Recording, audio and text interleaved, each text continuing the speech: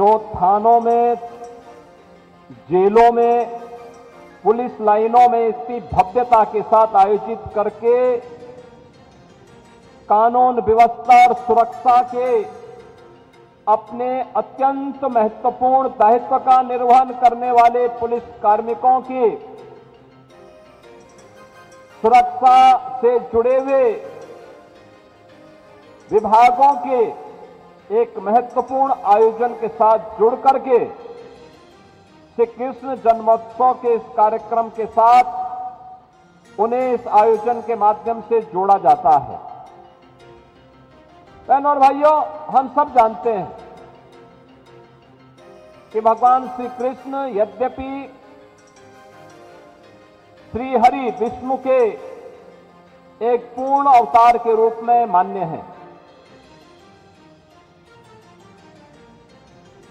जन्म से ही उनकी लीलाओं का क्रम प्रारंभ हुआ और यह मान्यता है कि इस धराधाम पर 125 वर्ष 8 महीने उन्होंने व्यतीत करने के बाद अपनी लीला को स्वयं विश्राम दिया। एक लंबे समय तक उनकी लीलाओं को अलग अलग कार्यक्रमों के माध्यम से हम लोग सुनते हैं, प्रमाण के रूप में उन्हें प्रयोग करते हैं। और श्रीमद् भगवत गीता दुनिया का एकमात्र ऐसा पावन ग्रंथ है जो युद्ध भूमि में उन्होंने अपने सखा और अपने शिष्य अर्जुन को जो अमर ज्ञान दिया, उसे आज श्रीमद् भगवत गीता के रूप में हम लोग घर घर में उस ग्रंथ की पूजा करते हैं। यहां तक कि भारत की न्यायपालिका भी उस ग्रंथ के प्रति उतना ही श्रद्धा का भाव रखती है जितना सनातन धर्मावलंबी रखता है। श्रीमद् भगवत गीता को मोक्ष ग्रंथ भी माना गया है। मुक्ति हम सबके लिए ये मान्यता है कि जीवन में हर मनुष्य के लिए जीवन के 4 महत्वपूर्ण पुरुषार्थ हैं: धर्म, अर्थ, काम और मोक्ष।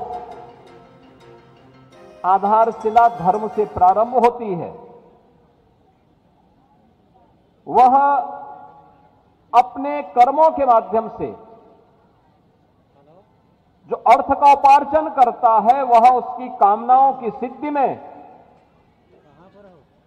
जब वह उसका उपभोग करता है, उसका उपयोग करता है, तो उसकी मुक्ति का मार्ग स्वतः प्रशस्त होता है। यह एक सामान्य मान्यता है, लेकिन श्रीमद् भगवत गीता के लिए जो सबसे महत्वपूर्ण उपदेश है हर भारतवासी के लिए, यह उपदेश आज भी हम सबको एक नई प्रेरणा प्रदान करता है। याद करिए, आजादी के अमृत महोत्सव के मुख्य समारोह को संबोधित करते हुए देश के यशस्वी प्रधानमंत्री जी ने देशवासियों से कहा था कि हम लोग देश के अमृत महोत्सव को, आजादी के अमृत महोत्सव को मना रहे हैं, लेकिन अमृत महोत्सव मात्र अमृत महोत्सव नहीं है। हमें आगामी 25 वर्षों की कार्य योजना के साथ कार्य करना है और 25 वर्ष की हमारी जो कार्य योजना होगी, ये कार्य योजना ऐसी होगी जब 2047 में जो पीढ़ी होगी, उस समय की जो पीढ़ी होगी, उस समय हम उन्हें ऐसा भारत देंगे जो विकसित भारत होगा, जहां चेहरे पर खुशहाली होगी, जिसे अपने भारत पर गौरव की अनुभूति होगी। कहीं कोई दुखी नहीं होगा, कहीं कोई दरिद्रता नहीं होगी, कहीं कोई अराजकता नहीं होगी, कहीं कोई गुंडागर्दी नहीं होगी। हर हाथ को काम होगा, हर खेत को पानी होगा। और इस संकल्प के साथ जब हम आगे बढ़ेंगे, 2047 के इस लक्ष्य को प्राप्त करने के लिए उन्होंने 5 प्रण की बात कही थी। पंच प्रण में जो सबसे महत्वपूर्ण प्रण है वह है नागरिक कर्तव्यों का। याद करिए, श्रीमद् भगवत गीता में भगवान कृष्ण भी अर्जुन से एक ही बात कहते हैं कि कर्मण्येवाधिकारस्ते मा फलेषु कदाचन। कि अर्जुन, तुम कर्म करते रहो, फल की चिंता मत करो। अक्सर होता है हम कौन सा काम करेंगे इसके लिए हम लाभ और हानि देखने का प्रयास करते हैं, और जब भी हम किसी कार्य को करने के पहले लाभ और हानि की चिंता करते हैं तो हम उसके पुण्यों से वंचित हो जाते हैं।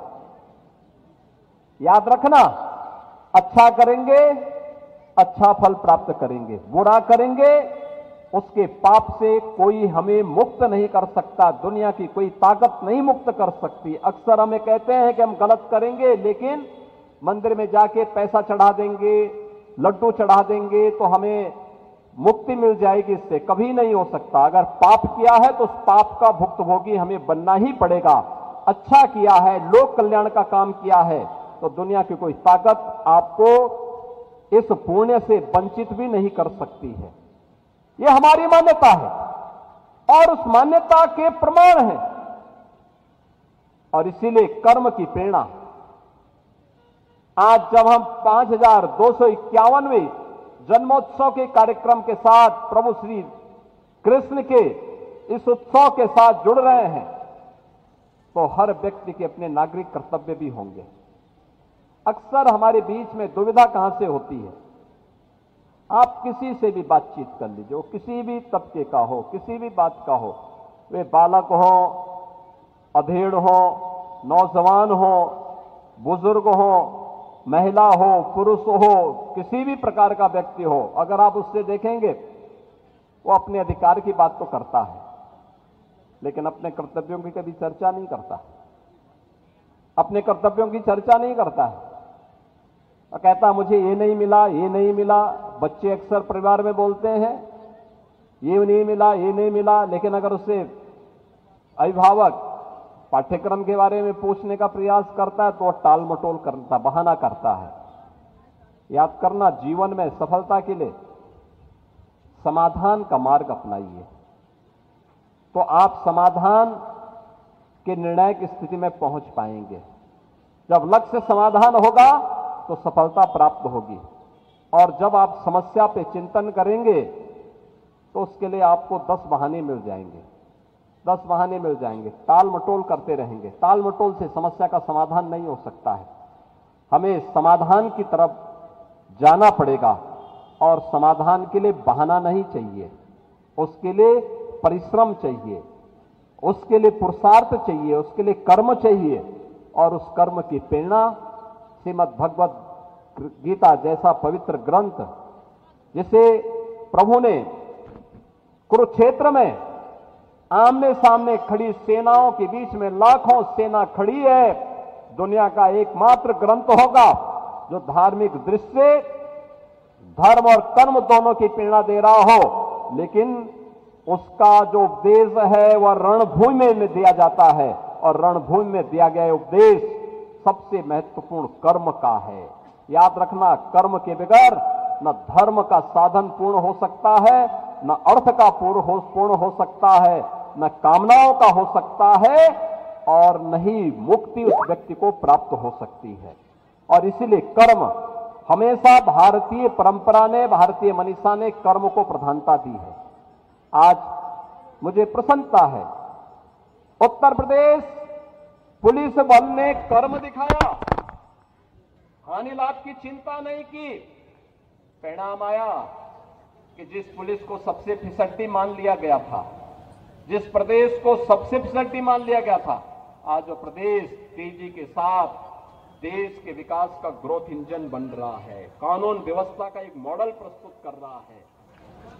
आज प्रदेश के अंदर हर ओर सुख और शांति है, सद्भावना है, पर्व और त्योहार शांतिपूर्ण तरीके से मनाए जा रहे हैं। हम लोग पुलिस लाइन में पर्व और त्योहार मना रहे हैं।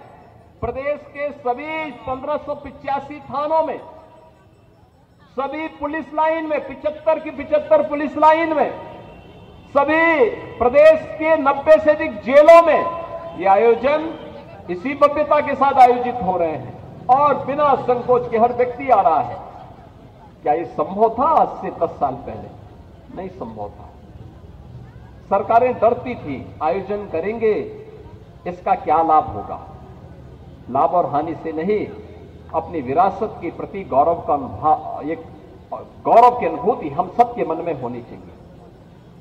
विकास उस विरासत का सम्मान करते हुए हम आगे बढ़ाएंगे, लेकिन उसके लिए उस प्रकार के प्रयास भी होने चाहिए और वो प्रयास हुए। आज परिणाम हम सबके सामने है और आज के इस अवसर पर मैं आप सबको इसी बात को कहूंगा, पंच प्रण में नागरिक कर्तव्यों के प्रति हम सबको जो जिस क्षेत्र में है, छात्र है वो खूब अध्ययन करे, कर्मचारी है वो अपने फील्ड में अपने उत्तरदायित्व का निर्वहन तो करे, कुछ नयापन करने का प्रयास भी करे। सामान्य नागरिक है वह भी अपने फील्ड में कुछ अच्छा करने का प्रयास करे और हम सबके सामने एक ही लक्ष्य होना चाहिए कि मेरा हर कार्य, मेरा हर कर्म, मेरा हर काम देश के नाम होगा, देश के लिए करूंगा, देश के लिए जीऊंगा, देश के लिए सब कुछ समर्पित करूंगा। अगर इस भाव के साथ हम कार्य करेंगे तो प्रभु की कृपा भी हम पर बराबर बनी रहेगी। आज के इस अवसर पर एक बार फिर से आप सबको श्री कृष्ण जन्मोत्सव का कार्यक्रम आज यहां पे पूरे प्रदेश भर में हर स्तर पर, सरकारी स्तर पर भी और विभिन्न संगठनों के स्तर पर भी और घर घर में भी यह आयोजन हो रहा है। ये मेरा सौभाग्य है। मैं कल ही मथुरा वृंदावन में गया था। कल मैं मथुरा में था। आज सुबह मुझे श्री कृष्ण जन्मभूमि पर दर्शन करने का सौभाग्य प्राप्त हुआ। कल मुझे श्री बांके बिहारी मंदिर में दर्शन करने का मुझे अवसर प्राप्त हुआ था। क्या श्रद्धा भाव है! लाखों की संख्या में श्रद्धालु आज मथुरा वृंदावन में आकर के श्रद्धा भाव के साथ दर्शन कर रहे हैं, उत्सव के साथ सहभागी हो रहे हैं। बिना किसी सहायता के लोग आकर के वहां पर सुविधा है नहीं है इसकी परवाह के बगैर पूरे श्रद्धा भाव के साथ झूमते हुए, गाते हुए, भजन करते हुए वहां पर जुड़े हुए हैं। और यह दृश्य मथुरा वृंदावन के साथ साथ पूरे प्रदेश के अंदर हर एक जगह देखने को मिल रहा है। मैं इस अवसर पर आप सबको हृदय से बधाई देता हूं, अपनी मंगल में शुभकामनाएं देता हूं और विश्वास व्यक्त करता हूं कि प्रभु के बताए मार्ग का अनुसरण करते हुए हम सब अपने जीवन को आगे बढ़ाने का कार्य करेंगे। आप सबके जीवन में प्रभु इसी प्रकार से कृपा बनाए रहें। इसी विश्वास के साथ मैं आप सबको श्री कृष्ण जन्माष्टमी की हृदय से बधाई और मंगल में शुभकामनाएं देता हूं। धन्यवाद। जय हिंद।